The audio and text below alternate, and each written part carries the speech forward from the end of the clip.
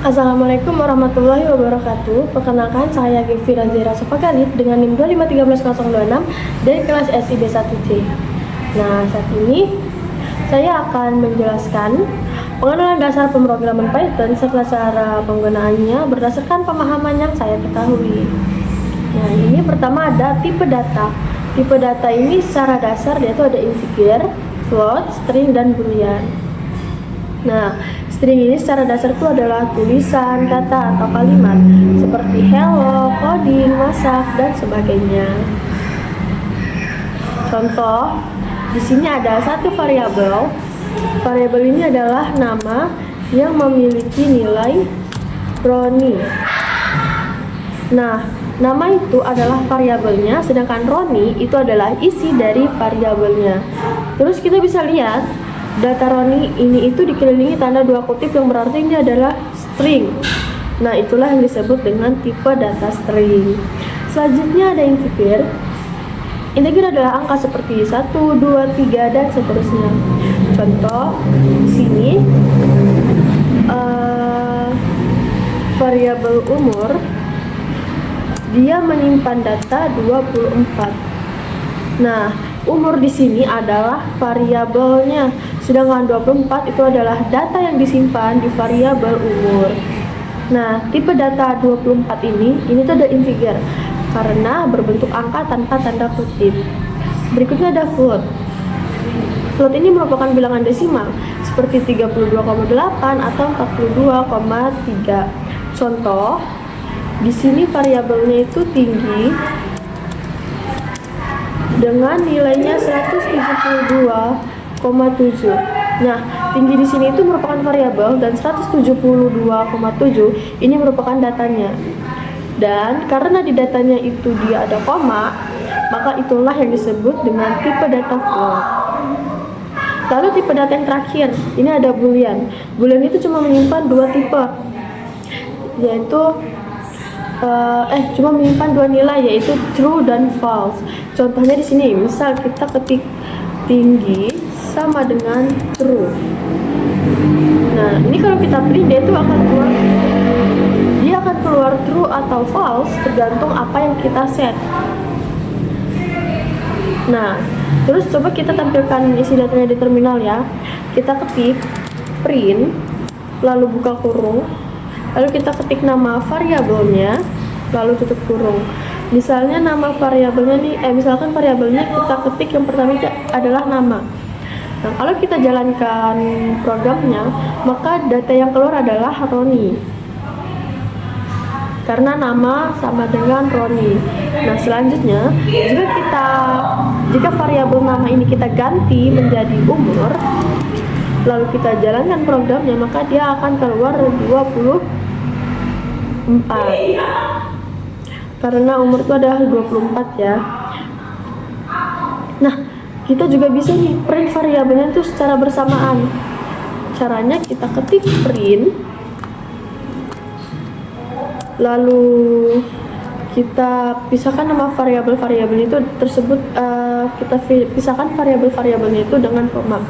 Jadi misalkan nama, koma, umur, koma, seperti itu sampai selesai.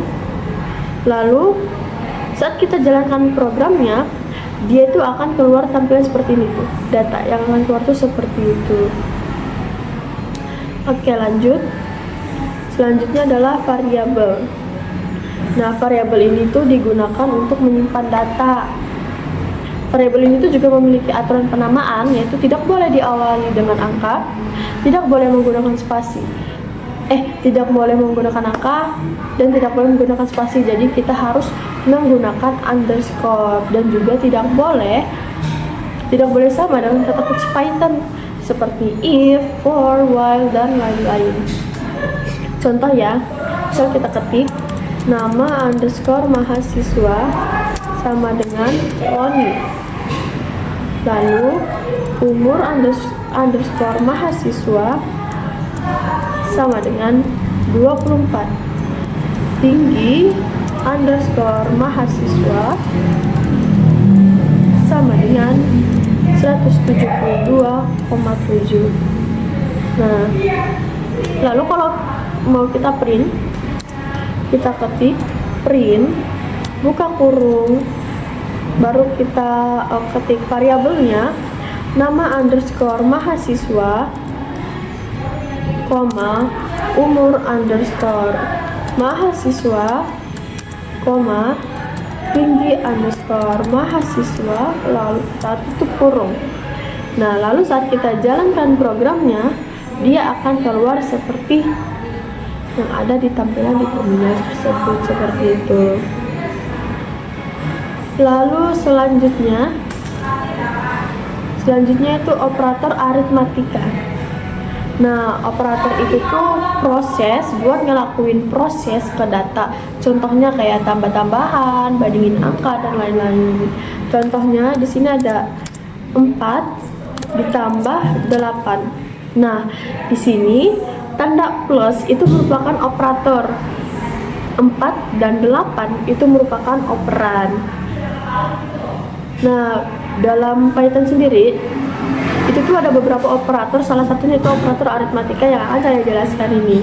Operator ini tuh sangat umum dipakai, dia itu biasanya untuk menghitung matematika dasar seperti penjumlahan, pengurangan, pengalian, dan sebagainya. Nah, untuk penjumlahan ini menggunakan simbol plus. Lalu untuk pengurangan menggunakan simbol minus. Lalu perkalian menggunakan simbol bintang.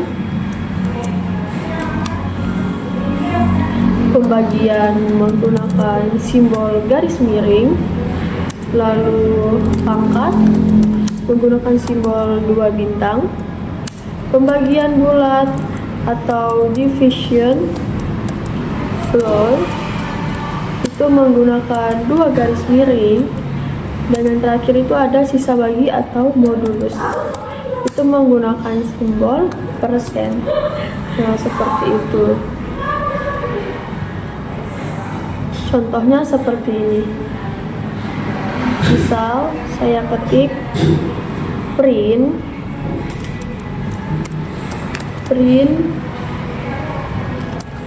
5 dikali 7 tutup kurung, lalu di bawahnya misalnya print 32 dibagi 8, lalu selanjutnya print 2 buka kurung dulu, 2 ditambah 9, lalu selanjutnya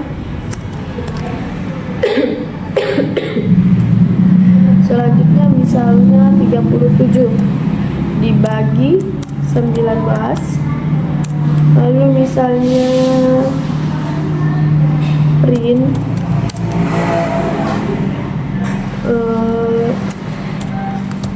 14 dikurang 4.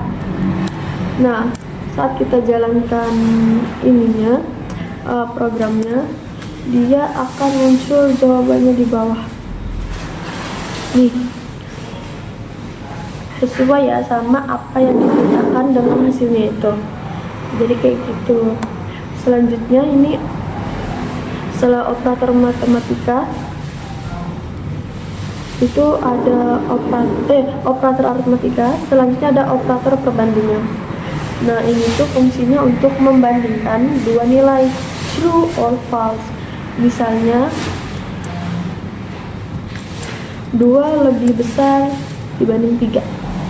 Nah, ini maka outputnya nanti itu akan true. Karena apa? Karena 2 itu lebih besar dari 3 dan begitu pun sebaliknya.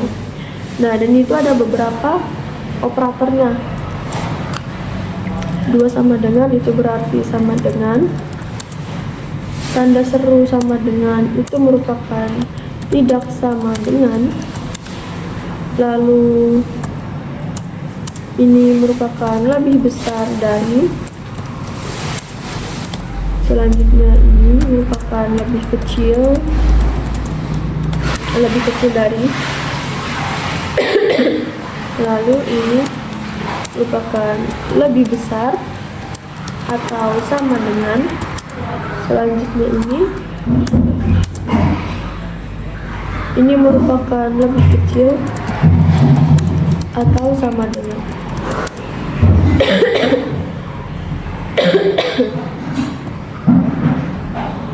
Nah,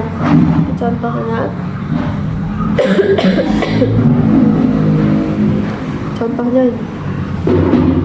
A sama dengan 6, B sama dengan 8. Lalu kita print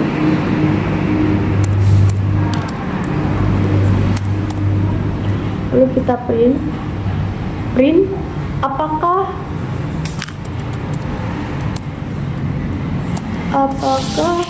X sama dengan Y. Lalu kita tulis X sama dengan Y, tutup kurung. Selanjutnya kita ketik lagi print apakah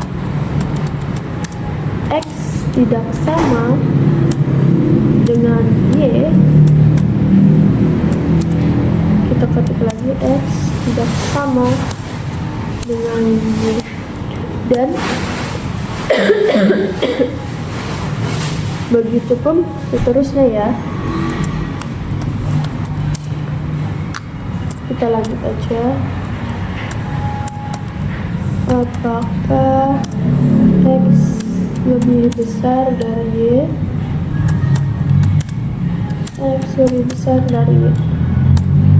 Selanjutnya, apakah X lebih kecil dari Y? Lalu X lebih kecil dari Y. Lalu selanjutnya print apakah X lebih besar atau sama dengan Y.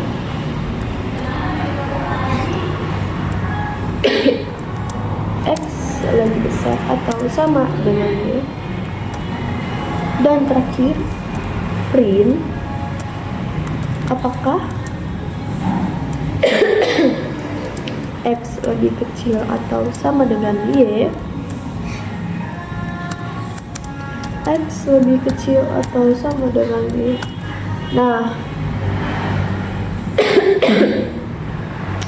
ini saat kita jalankan programnya, dia akan keluar seperti ini. Nah, itu. Jadi di sini bisa kelihatan yang mana true, yang mana false. Lalu selanjutnya itu ada struktur kontrol if tunggal. Itu digunakan jika hanya ada satu syarat yang bila benar maka jalankan blok. Misalnya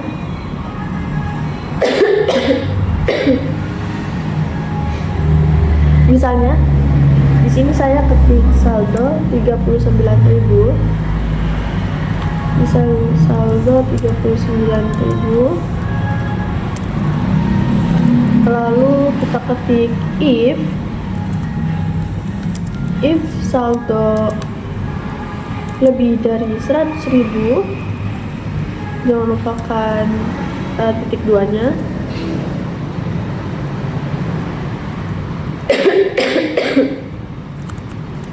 Lalu kita ketik lagi print saldo cukup untuk melakukan penarikan.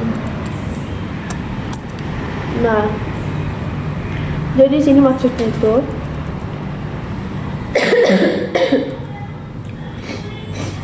kalau misalnya saldo yang dipunya itu dia lebih dari 100.000, maka itu akan muncul saldo cukup untuk melakukan penarikan. Nah, seperti ini. Ini kan saldonya 39.000. Jika kita jalankan programnya, nah dia tidak muncul apa-apa tuh. Tapi kalau misalnya kita kasih saldonya itu di atas 100.000, misalnya 239.000, lalu kita jalankan programnya, maka dia akan muncul. Nah, dia akan muncul saldo cukup untuk melakukan penarikan. Seperti itu.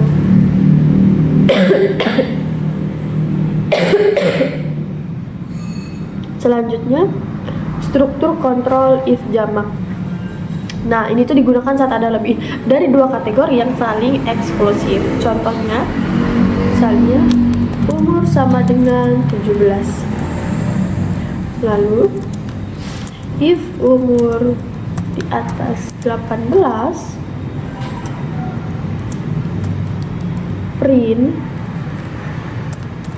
boleh membuat KTP. Nah, terus di bawahnya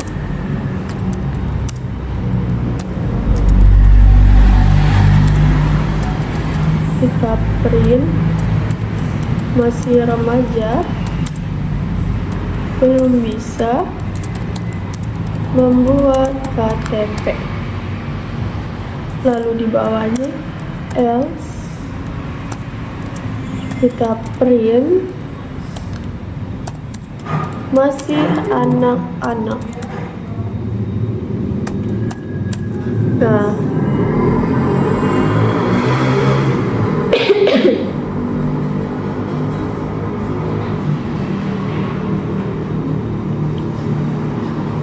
terus misalnya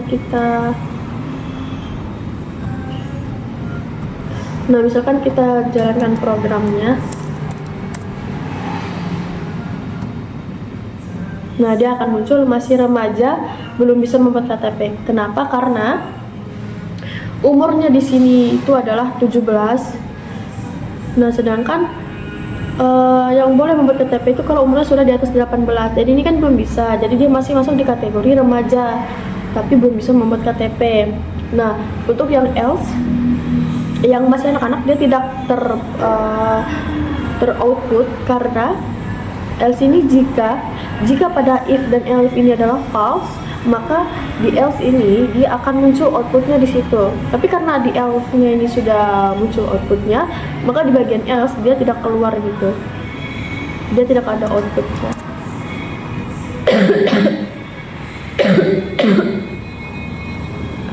Lalu yang terakhir, ini ada juga struktur kontrol perulangan for. Nah, perulangan for ini dia tuh digunakan ketika kita ingin mengulang sebuah blok kode beberapa kali berdasarkan jumlah data. Pada setiap iterasi atau pengulangan, perulangan for ini akan mengambil satu nilai dari urutan tersebut dan menyimpannya ke dalam sebuah variabel sementara. Variabel ini tuh kemudian digunakan di dalam blok kode yang berada di bawahnya. Nah, proses ini tuh berlangsung hingga semua elemen dalam urutan telah dibaca.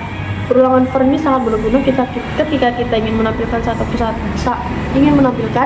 data satu persatu, menghitung total nilai, melakukan operasi pada setiap item dalam list, atau menjalankan proses tertentu sebanyak jumlah iterasi yang diinginkan.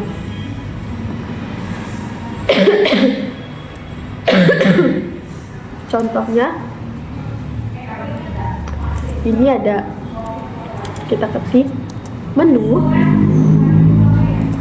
ada nasi goreng, lalu mie ayam, lalu ayam geprek. Jangan lupa masukkan ininya ya,